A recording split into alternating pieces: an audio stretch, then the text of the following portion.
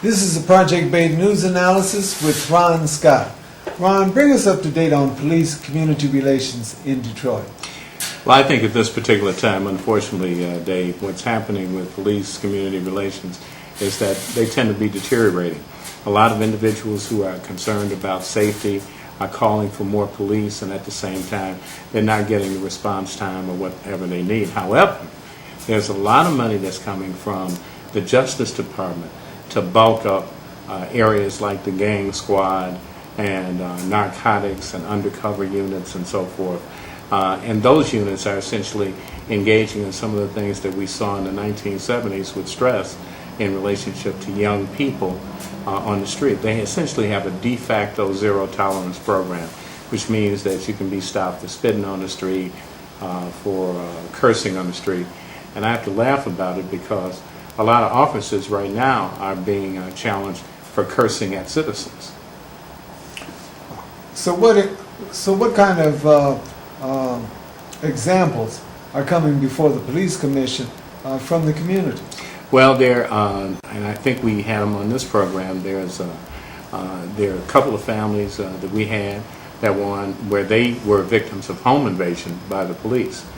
One woman, in fact, had a child as young as 8 actually thrown up against a wall by police officers. That's probably going to result in a lawsuit that's going to be settled in the millions. There was another family that called 911 and then they became victims. That's going to result in lawsuits.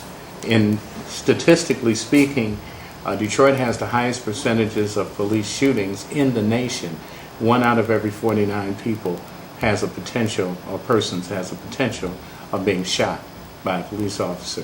What I see is basically, and I don't like to mention these statistics, I mean, there are some officers who are fine and who are good and who are decent people, but the general culture of the department at this particular point is becoming more racist, and I mean on the part of black and white officers, is becoming less tolerant, and essentially officers, as opposed to transforming what's happening, they're falling into the milieu of what they contend that they're opposed to. Disrespectful behavior, confrontational behavior, and just a lack of professionalism, and essentially creating the problems that we had before the consent decree. Well, you mentioned the consent decree. Where is that at now? Well, it's been around for the last, since 2001, basically 2003, went into effect, and the city of Detroit was supposed to deal with issues of confinement. Several people were found hanging in cells, a number of people were shot, and so as a result of it, the idea was to try to bring in a monitor to deal with that. Well, the monitor's made a lot of money, and the city has lost a lot of money. You're still getting lawsuits in the millions. You're still getting a situation where you just heard, about the guys that we refer to as the booty boys, the guys who are doing strip searches out in the streets. You got at least 11 people who are going to be receiving some kind of settlement in terms of that. One young man that was shot twice in the chest just got an $800,000 settlement, and one of the people who was involved in the shooting of this man was one of the guys who was doing the strip searches, who's still on the force.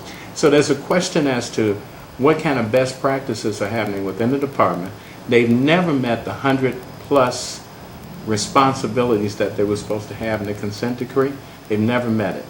Not as many people are being hurt in the cell blocks, but what they're doing is returning to an old situation where they take David Rambo, they pick him up on Woodburn and Holbrook, and they ride him around and take him to 7 Mile, then they ride him around and take him over on the southwest side of Detroit. You remember the old days of the Big Four. So, what's happening with the dollars in terms of all of these lawsuits? I mean, the city is already $250 million in deficit. Try this, Dave. From 1996 to the present, almost $400 million has been spent on lawsuits. If the $400 million, let's take even half of the $400 million, the city of Detroit would not have a deficit. You go down to city council on any given day and you will see lawsuits coming from the police departments that are being settled in greater number than in any department, more so than DOT, than any other area where you would think there would be a problem. Well, we hear about Detroit police fudging the number of homicides. Where are we with regard to being the murder capital again? Well, I'm telling you, we're right up there near the top. I'm serious, because the issue in terms of those homicides is that if, in effect, I shoot you, it's a homicide. But if I'm defending against you, bothering me, and then I decide to shoot you, that's not a homicide. So essentially, David Rambo is just as dead either way. And so essentially, fudging those numbers, we're very close. We're anywhere from 1 to 3 in the United States at any given time. And this speaks to the fact that people in the audience can attest to this. When their loved ones are killed, in many cases, the process is so slow and so aggravating until a lot of times people just give up because they don't get the kind of service that they need. Basically, I'll say this. The department is pretty much alienated from the city. They're focusing on a crime prevention situation as opposed to a community orientation situation. And if we're ever going to have public safety in this city, we're going to have to go control on these lawsuits first. We're going to have to change the culture.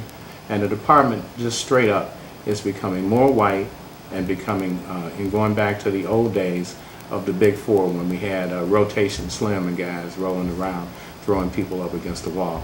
But, you know, we try to do what we can, and we fight, and we're out here as the Coalition Against Police Brutality for people who need us, and we work with those good elements in the police department to change things.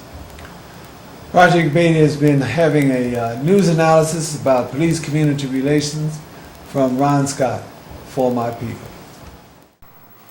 Hi, springtime is home improvement time, and I'm here from All Home Improvement to solve your repair needs. For an estimate, call area code 313-896-3603. Again, area code 313-896-3603.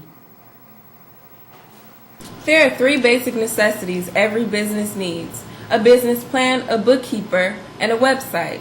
Call Project Bait for all 3. Call 313-871-3333. That's 313-871-3333.